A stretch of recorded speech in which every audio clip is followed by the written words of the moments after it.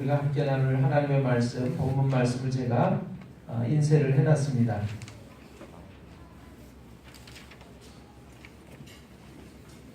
민수기서 21장 4절로부터 말씀이 되겠습니다. 여러분 한 목소리로 우리 함께 하나님 말씀 읽도록 하겠습니다. 다 찾으셨죠? 네, 같이 읽습니다. 백성이 호르산에서 출발하여 홍해 길을 따라 에돔 땅을 우회하려 하였다가 길로 말미암아 백성의 마음이 상하니라. 백성이 하나님과 모세를 향하여 원망하되 어찌하여 우리를 애굽에서 인도해 내어 이 광야에서 죽게 하는가. 이곳에는 먹을 것도 없고 물도 없도다. 우리 마음이 이 하찮은 음식을 싫어하노라 하매 여호와께서 불뱀들을 백성 중에 보내어 백성을 물게 하심으로 이스라엘 백성 중에 죽은 자가 많은지라.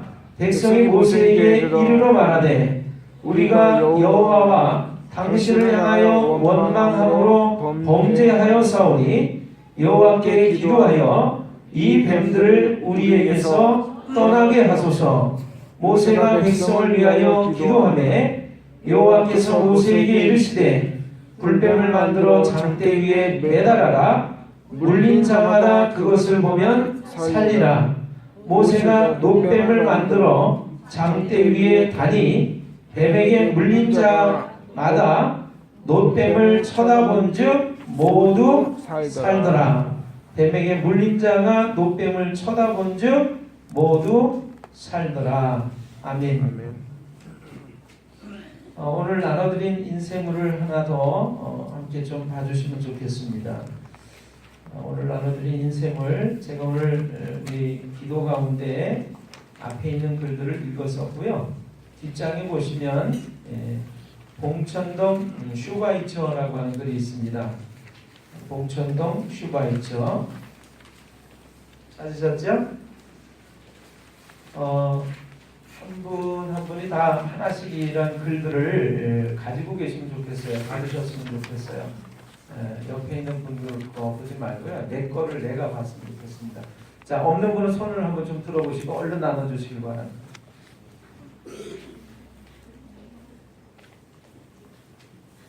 다 받으셨나요? 네. 여러분, 우리 아빠 엄마가 서울대학 입학하고 들어갔다고 그래서 아들, 딸이 그냥 서울대학 같이 따라서 들어갈 수 있는 건 아닙니다. 하나님 나라는요, 내가 예수님 믿어야 들어갈 수 있어요. 우리 엄마 아빠가 아무리 예수님 열심히 믿었다고 해도 내가 덕분에 따라서 하늘나라 들어가는 건 아닙니다. 내가 예수님 믿어야 돼요.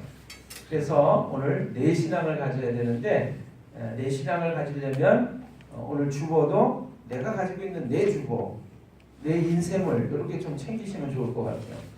자, 봉천동 슈바이처 이야기를 좀 읽어보겠습니다. 의사가 되면 가난한 이들을 돌보겠다고 소원했던 젊은이가 있었습니다. 그러나 막상 의사가 되자 돈을 벌기 위해서 주일까지 범했습니다.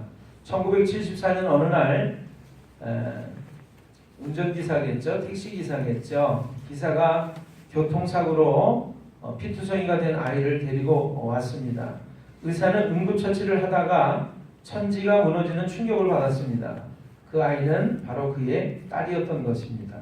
오 하나님, 청진기를 갖다 댔지만 아무 소리도 들리지 않았습니다.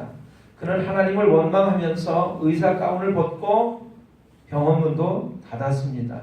이듬해 봄 딸아이 무덤에 다녀오는 길에 열이 펄펄 나는 어린 소녀를 안고 울고 있는 가난한 할머니를 만났습니다. 선배 병원에 아이를 업고 가서 치료비를 부담할 테니 고쳐달라고 부탁을 했습니다. 그 할머니와 소녀가 병원을 찾았습니다. 아저씨도 의사야? 그런데 의사 옷을 왜 안 입어? 청진기도 귀에 안 대네. 그는 소녀를 기쁘게 해주기 위해서 오랜만에 가운을 입고 청진기를 갖다 댔습니다. 그 순간 천지를 깨우는 듯한 심장의 고동소리가 들려왔습니다.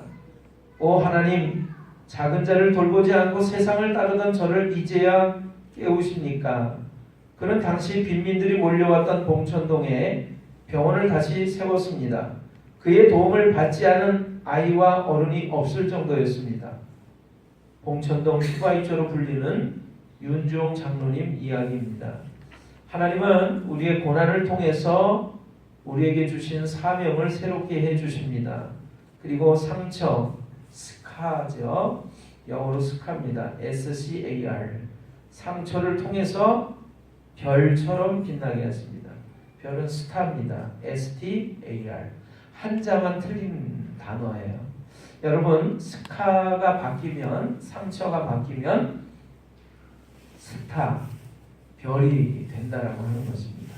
오늘 여러분들과 저의 삶 속에 상처가, 스카가, 스타가 다 되시기를 주님의 이름으로 축원합니다. 아멘. 제가 카톡으로도 또 보냈던 글입니다. 오늘 같이 2017년도 새해 첫날 아침에 함께 좀 읽어보고 싶은 글입니다. 여러분 함께 좀 읽어볼까요? 어느 교회에서 다 가지고 계시죠?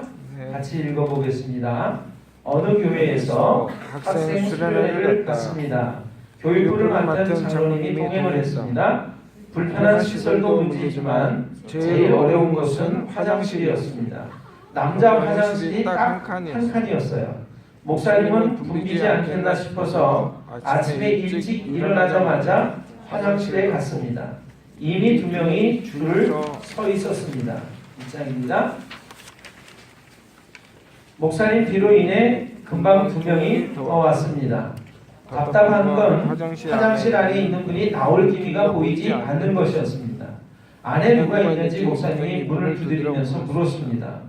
장로님이 이를 보고 계셨습니다. 장로님, 대강 끊고 나오시지요? 밖에 사정이 절박합니다. 지금 5명이 줄을 섰습니다. 그러자 안에서 장로님 목소리가 들리는데 일어서 있는 듯한 눈치였습니다. 목사님 조금만 기다리세요. 금방 끝납니다. 그러고는 몇 분이 더 흘렀습니다. 장로님, 지금 다들 급하다니까요. 대강 끝내고 속히 나오시라니까요. 예, 조금만, 죄송합니다. 조금만. 그 사이에 줄은 1명이 더 늘어났습니다. 목사님은 더 이상 지체할 수가 없었습니다. 문을 쾅쾅 두드리면서 소리쳤습니다. 문 좀 열어보세요. 조금 문이 열렸습니다. 장로님이 막힌 변기에 맨손을 집어넣고 뚫고 계시는 것이었습니다. 어느 학생이 넣지 말아야 할 것을 변기에 넣는 바람에 변기가 막혔어요. 목사님은 오전 기도회 시간에 학생들에게 말씀하셨습니다. 여러분께는 제가 그 어떤 설교도 하지 않겠습니다. 그저 여러분의 장로님만 본받으시면 됩니다. 본받을 만한 지도자가 있는 교회는 행복한 공동체입니다. 솔선수범을 몸으로 실천하는 지도자를 둔 교회는 가능성이 있는 공동체입니다. 숨은 수고가 있는 교회는 거룩한 공동체입니다. 아멘이 되시나요? 아멘. 네. 제가 오늘 아침 눈을 딱 떴는데요. 제 마음 가운데 하나님께서 이런 말씀을 기억나게 해주셨습니다.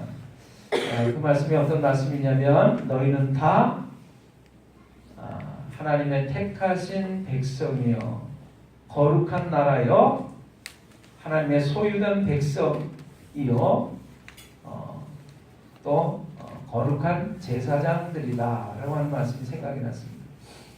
이 베드로서에 있는 말씀인데 너희는 다 하나님의 택하신 백성 거룩한 나라 그리고 제사장들이고 하나님의 소유된 백성이다. 너희는 그렇게 얘기하고 있어요. 너희는 여러분 오늘 우리 복된 교회에 와 계시는데 하나님께서 오늘 아침 저한테 너는 하나님의 택하신 백성이면서 제사장이다 이렇게 얘기를 하신 게 아니라 너희는 이렇게 말씀을 해주셨어요. 옛날에는요 하나님께 예배를 드리는 제사를 드리는 사람은 대표적인 한 사람이 있었습니다. 그 사람을 제사장이라고 해요. 제사장. 제사장을 통해서 모든 백성들은 나와서 하나님께 예배를 드릴 수가 있었어요. 제사장이 없으면 예배를 드릴 수가 없었습니다.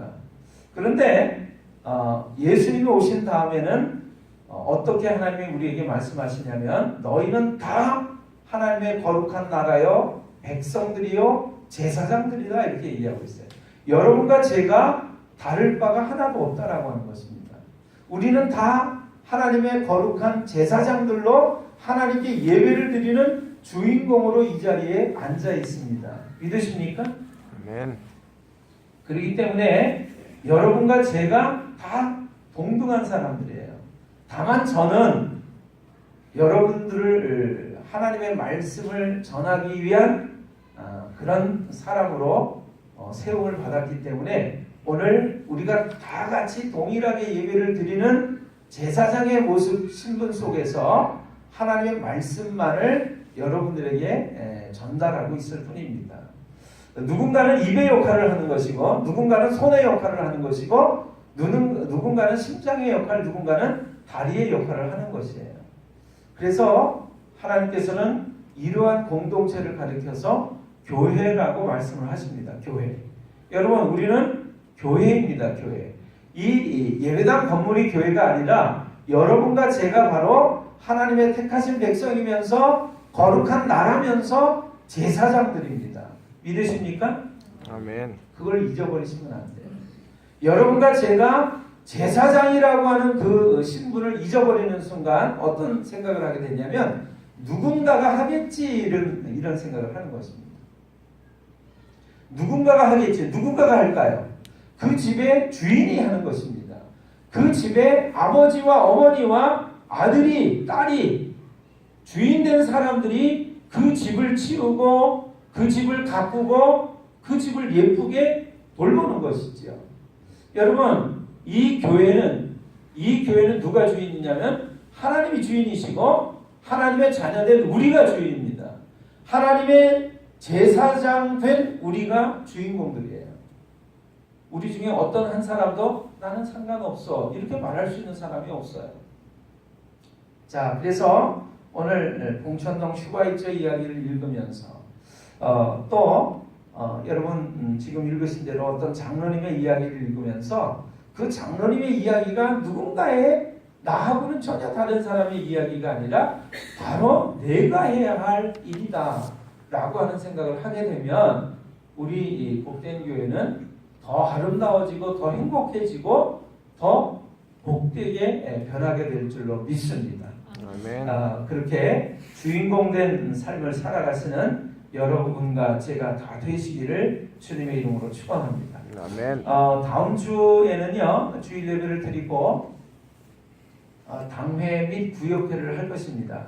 원래는 어제 하려고 했는데 저희들이 다 함께 모여서 드려야 되는 것이 당회 구역회이기 때문에 다음 주일 예배 후에 잠깐 우리가 모여서 당회 구역회를 하려고 해요. 당회 구역회가 뭔가 잘 모르시는 분은 참석하셔서 당회 구역회가 뭔지를 경험하시기를 바랍니다. 그때 제가 드릴 말씀으로 생각을 하고 있습니다만 어제 말씀을 제가 드렸어요.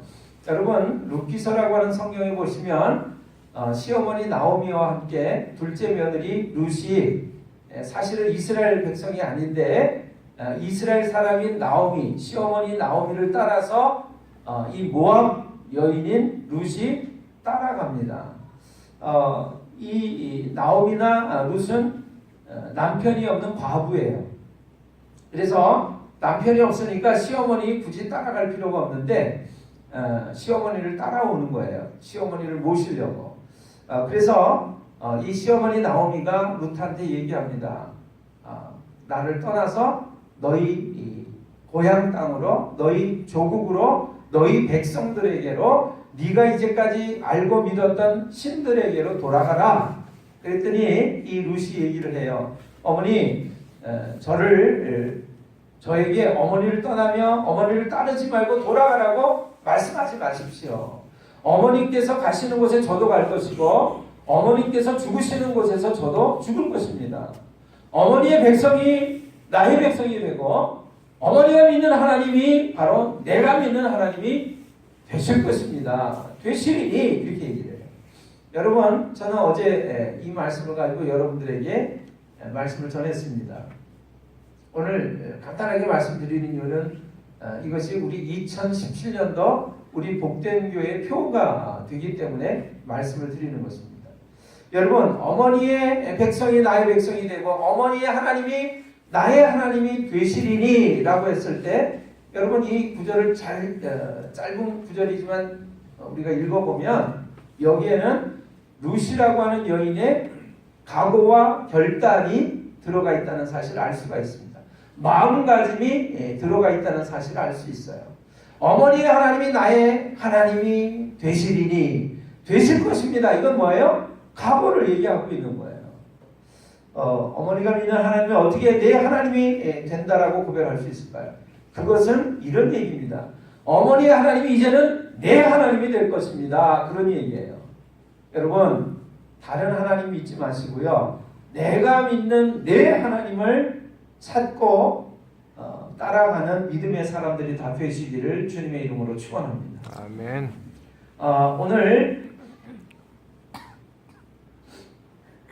오늘 본문의 말씀 읽으셨는데 저는요 예수님을 믿게 된 동기가 있었습니다.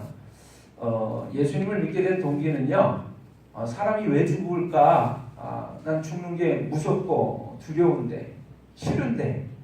근데 여러분 안 죽는 사람 있어요 없어요?